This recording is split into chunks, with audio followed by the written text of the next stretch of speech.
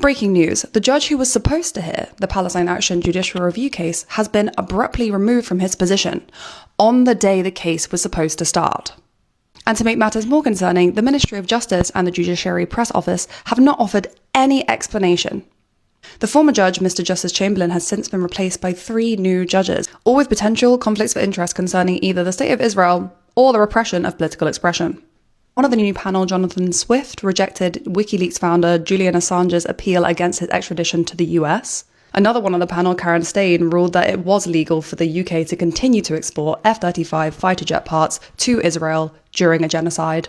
And although head of the panel, Victoria Sharp, doesn't have any direct links herself, her brother is deeply, deeply tied to the Tory political establishment.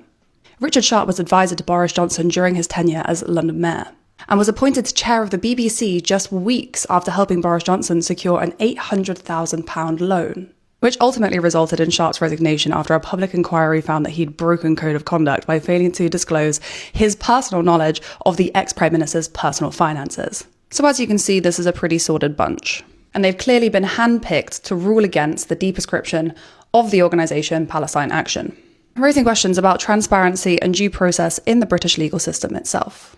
It's important to remember here that Palestine Action is simply trying to uphold international law by putting a stop to weapon exports to a genocidal state which has been named as doing a genocide by the UN itself.